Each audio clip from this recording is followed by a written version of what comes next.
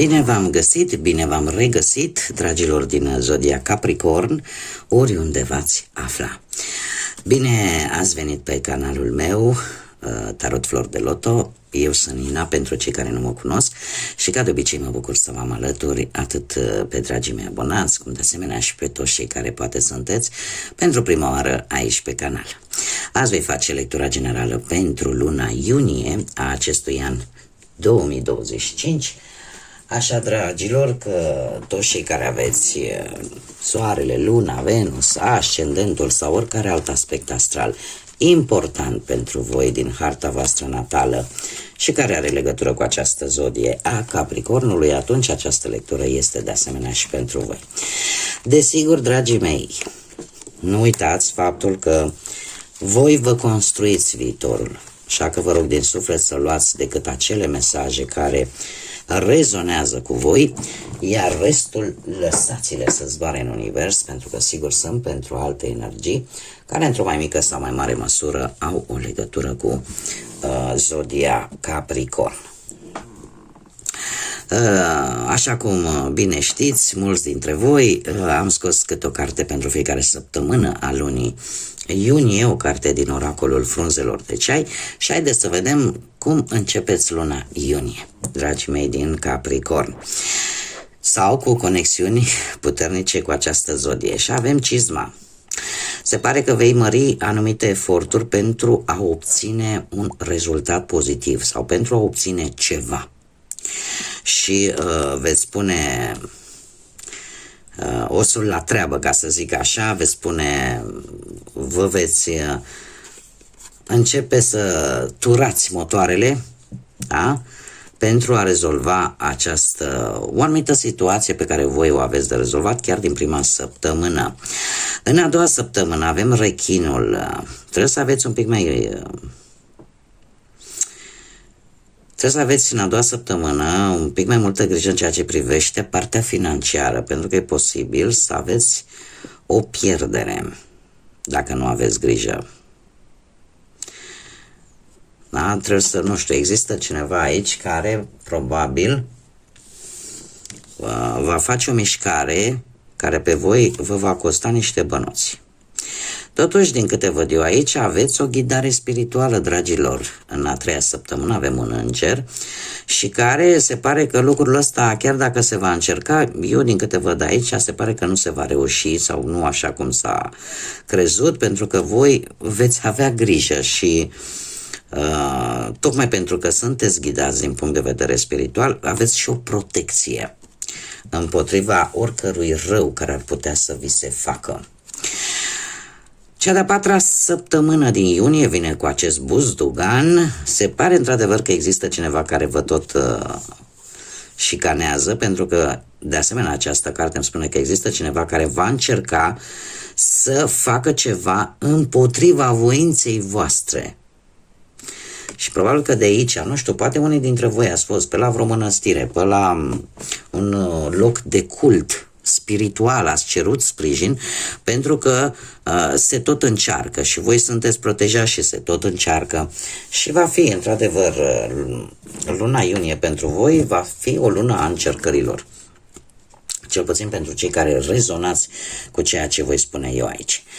Haideți să vedem ce ne spun și runele, dragilor.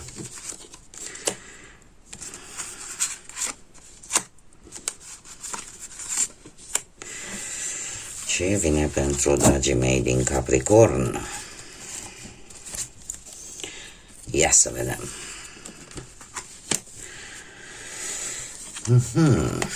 Da, și se pare că tot a ieșit în picioare, ca să zic așa. O avem pe Hera, care ne vorbește cu ceva timp în urmă. Ați concluzionat ceva, o etapă, o situație sau ceva s-a sfârșit, ați pus final la ceva anume, ați învățat ce trebuia de învățat și chiar eu zic că ați ieșit și recompensați. Unii dintre voi poate chiar ați fost recompensați la modul propriu, cu ceva, cu bani, cu vreun job, cu ceva. Alții, în schimb, Ați fost recompensați cu o autoestimă foarte bună. V-ați dat seama că puteți, v-ați dat seama că dacă există ambiție, dacă există perseverență, lucrurile pot să meargă bine, iar lucrul ăsta v-a ridicat autoestima. În prezent avem pe Pertro care vine desigur și cu ceva legat de destin, cu anumite posibil secrete, mistere sau anumite schimbări foarte bruște care probabil au apărut deja în viața voastră. Ne vorbește foarte mult de intuiție și de empatie. Este foarte interesant că îl avem aici pe Saturn care ne vorbește de lecții de viață, iar voi în acest moment posibil v-ați dat seama și ceva s-a întâmplat, iar voi v-ați dat seama că este o lecție de viață importantă pe care voi trebuie să o învingeți, dar să o și învățați în același timp. Ceea ce poate până acum v-a fost teamă să faceți, v-ați dat seama că aveți capacitatea să învingeți, să mergeți înainte. Asta vă ajută să creșteți la nivel personal, vă ajută să fiți mai înțelepți și cum să spun eu, unii dintre voi, din câte văd eu aici, voi veți avea o perioadă în care vor apărea îmbunătățiri în viața voastră, vor apărea reușite și asta pe o lungă perioadă de timp. Tocmai pentru că ceva s-a întâmplat aici brusc în care voi a trebuit să vă învățați o lecție importantă și asta v-a făcut mai înțelepți. Luna iunie vine cu Algiz care ne vorbește de a sta mereu în gardă, de a avea curaj, de a căuta acel loc sigur și de a te menține în alertă. Da? De a nu mai lăsa ca lucrurile să curgă așa pe lângă voi și se pare că va veni o perioadă de vindecare și, mare atenție, apare familia. Nu știu dacă sprijinul, protecția familiei, dar are ceva legătură cu familia sau cu zodia Rac. De asemenea, ametistul, pentru cei care doriți să știți acest lucru, este cristalul care în luna iunie pentru voi se pare că este benefic. Mergem mai departe. Haideți să vedem ce ne spune și tarotul. Ce vine pentru dragii mei din Capricorn în luna iunie sau pentru cei care aveți conexiuni importante cu această zodie.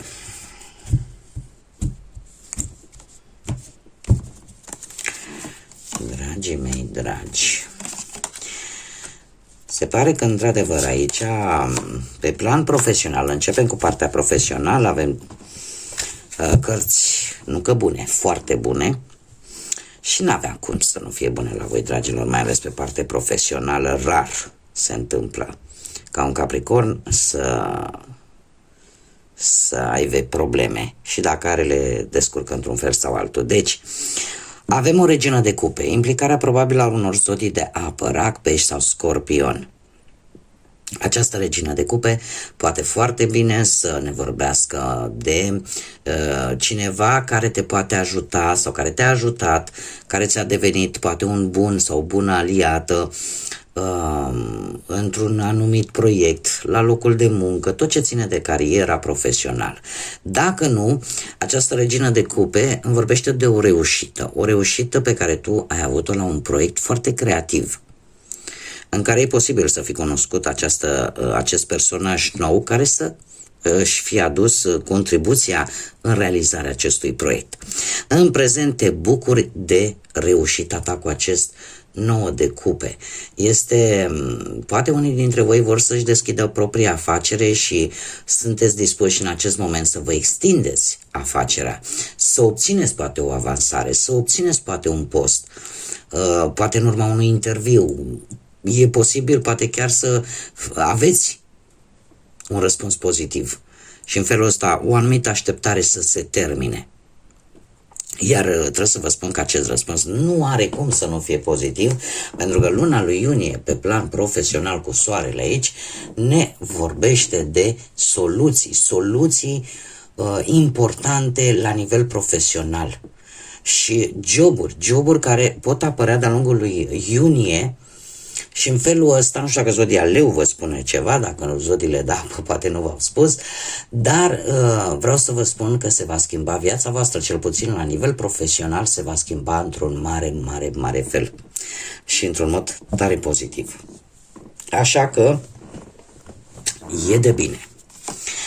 Haideți să vedem cu bănuți.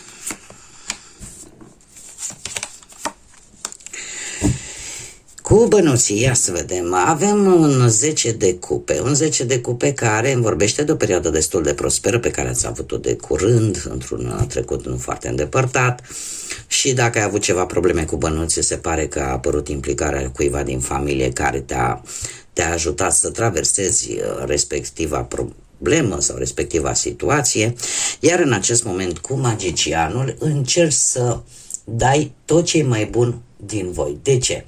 Pentru că a apărut șansa de a câștiga poate ceva mai bine sau de a câștiga ceva bani în plus și vrei să profiți cu tot ce ai tu, cu toate abilitățile tale, în așa fel încât să nu pierzi această oportunitate. Luna iunie, în schimb, vine cu această regină de spade, o regină de spade care reprezintă zodiile de aer, Gemeni, Balanță sau Vărsător, care poate să fie cineva puternic, cineva care joacă un rol important din punct de vedere financiar pentru voi. Este cineva care de obicei gândește foarte rațional, foarte logic, este un pic și are un caracter destul de sever și trebuie să vă spun că are puncte de vedere de care alții se pot teme și are o manieră foarte directă de a spune lucrurile. Da, e ca și cum ai spune, nu prea se poate juca. Acum, eu pot să vă spun vouă, mai ales dacă aveți planete în zodii de aer, că și voi puteți fi așa. Voi să fiți cei care sunteți mai direcți, care nu mai vedeți, mai ales pe planul ăsta financiar, nu mai stați voi, stai așa că mi-e milă de cutărică, stai așa, nu, sunteți foarte intransigenți, foarte duri din punctul ăsta de vedere financiar, cum de asemenea trebuie să vă mai dau încă o variantă și anume faptul că oricum a treia variantă ar fi că vă veți folosi inteligența. Veți folosi inteligența pentru că pentru voi oricum bănuții au un rol important în viața voastră și nu veți da și nu veți cheltui impulsiv de-a lungul lui, veți fi așa ca o mână de fier de-a lungul lunii iunie. Mergem mai departe să vedem pe plan sentimental. Dragi, cei care sunteți într-o relație, într-o pereche, ceva aici se întâmplă. Ați avut parte cu ceva timp în urmă de o stare poate de singurătate, o stare în care parcă perechea voastră nu vă trata așa cum poate meritați. Ați avut o stare în care poate ați evaluat o anumită situație și nu prea vă dădea bine, vă simțeați singuri. Vă simțeați singuri și eu aș mai zice că e posibil și din anumite adversități materiale poate sau, nu știu, să fi avut și banii o implicare într-un fel sau altul.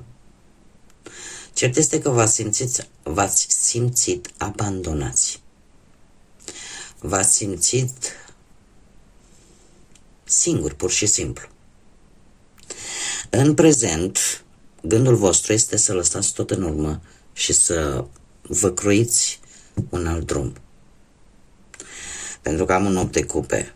Vă gândiți chiar poate într-o seară să dați bir cu fugiții, Și să nu vă mai uitați înapoi. Acest 8 de cupe îmi vorbește de decepție, e ceva aici care voi v-ați dorit și nu ați primit. Sau poate ați primit prea puțin. Sau n-ați primit deloc. Și pur și simplu simțiți nevoia că trebuie să abandonați poate această relație, tocmai pentru că vă dați seama că nu mai e nimic care să vă folosească sau care să vă facă bine. Și lucrul ăsta în luna iunie vine cu clarificări. Se pare că pentru unii dintre voi cel puțin veți avea siguranța că deciziile voastre cumva au fost corecte. Pentru că se va afla un adevăr și veți vedea cu mai multă claritate un adevăr care, mare atenție, o sabie are două tăișuri. Acest adevăr poate să aducă această claritate pe care să o primești la modul cel mai deschis și să-ți dai seama că trebuie să abordezi un nou stil de viață, un nou proiect de viață, da? Sau și în felul ăsta să spui, știi, eu sunt pregătit, pot să încep o nouă relație oricând. Pentru că e ceva aici care nu e de acum, e de ceva vreme. Și cumva lucrurile se vor clarifica în ceea ce privește relația voastră și situația voastră, într-un fel sau altul se va clarifica în urma aflării unui adevăr.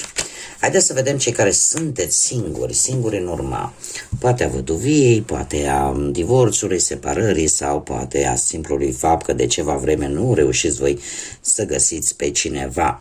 Dragilor, avem un paș de monede. Cu ceva timp în urmă, probabil că cineva poate mai tânăr, cu bani, poate chiar, dar care nu prea e implicat așa emoțional, poate de la locul de muncă sau poate are legătură cu ceea ce tu faci sau făceai în acel moment.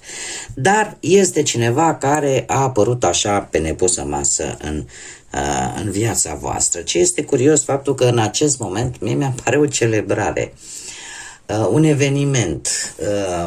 Eu aș spune că sunt mari șanse să găsești totuși pe cineva care poți să te întâlnești cu persoana asta sau să te duci împreună cu această persoană sau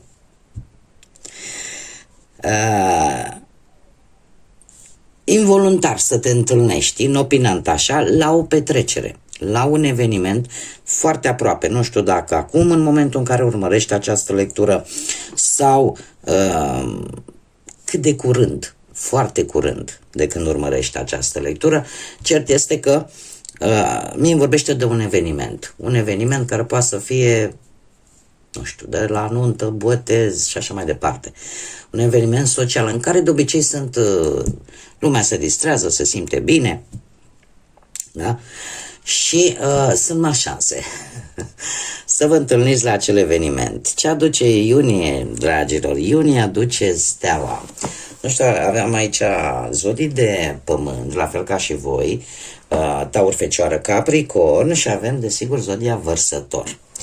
Pentru cei care sunteți interesați la zodii.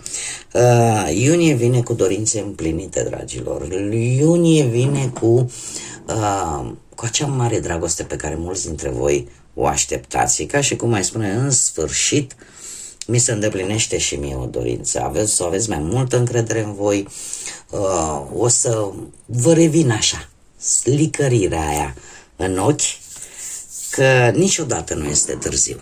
Așa cum îmi place și mie să spun, nu aduce anul, ce aduce ceasul.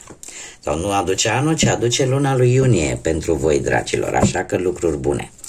Haideți să vedem ce situații necunoscute pot apărea pentru voi, dragilor, în luna lui. Așa avem două. Dragilor, coduri misterioase. Vei rezolva anumite mistere, anumite coduri misterioase și în felul ăsta vei descoperi adevărul ascuns, așa cum bine am văzut cu acel as de spade. Acolo jos în întuneric vei găsi acea lumină, vei găsi lumina în întuneric. Știți cum se spune că dacă nu ar exista întunericul, noi n-am ști să apreciem lumina. Așa că de multe ori se întâmplă ca mai întâi ca să putem aprecia anumite lucruri, anumite situații, anumiți oameni, mai întâi trebuie să urbecăim un pic ca să dăm importanță unor lucruri pe care le ignorăm de multe ori. Și nu ne dăm seama că una fără alta nu se poate. Și atunci, tocmai de aceea vine și acest mesaj, că vei găsi lumina acolo în întuneric și acolo o vei aprecia. Poate într-o situație negativă pe care o ai, sau pe care o traversezi, sau pe care o vei traversa de-a lungul lui iunie. Dar până nu o vei traversa, nu vei ști să apreciezi probabil aspecte care noi considerăm că sunt perfect normale, dar ele când ne lipsesc, abia atunci ne dăm seama de importanța lor. Mergem mai departe și haideți să vedem ce ne spune și înțelepciunea naturii pentru dragii mei din Capricorn.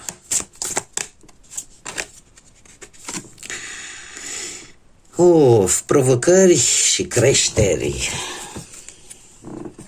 Îmi cer scuze dacă eu oftez, este foarte cald, deja avem 37 de grade aici unde sunt eu și oftatul meu de fapt e din cauza căldurii, dar nu vreau să vă induc în eroare. Deci, avem o furtună, dragilor, o furtună care ne spune în felul următor: furtuna aduce provocări în viața ta, pe care tu le poți vedea ca pe niște obstacole, dar aceste provocări îți vor servi ca și oportunități pentru a crește, pentru a te dezvolta.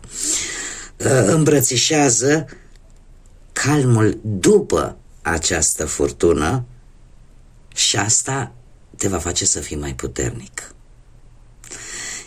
În mare parte se apropie un pic și cu acest mesaj. Este vorba despre toate lucrurile astea care ne supără câteodată.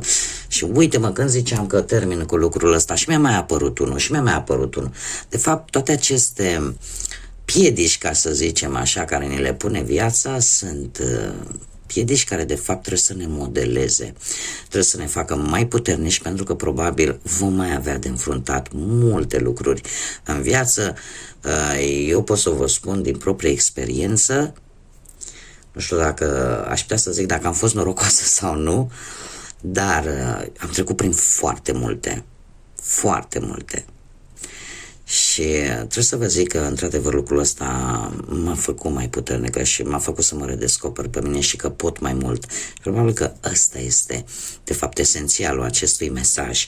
După fiecare furtună va ieși soarele, nu? Dar important este calmitatea după acea furtună și modul în care noi am traversat-o. Cât de șifonați ieșim din acea furtună. Cât de curajoși am fost să înfruntăm acea furtună. De fapt, asta este important. Bun, dragii mei, cam atât am avut pentru voi, pentru luna iunie. Eu vă mulțumesc din suflet pentru absolut tot, pentru atenția voastră, pentru like-urile voastre, distribuiri, comentarii, sunteți minunați. Vă aștept, desigur, pe toți cei care nu v-ați abonat încă, să fim împreună, dacă asta vă doriți. Până la următoarea lectură, când ne vom reîntâlni, eu vă doresc tot binele din lume, să aveți parte de multă înțelepciune, de multă energie pozitivă și, desigur, să fiți iubiți, dragilor.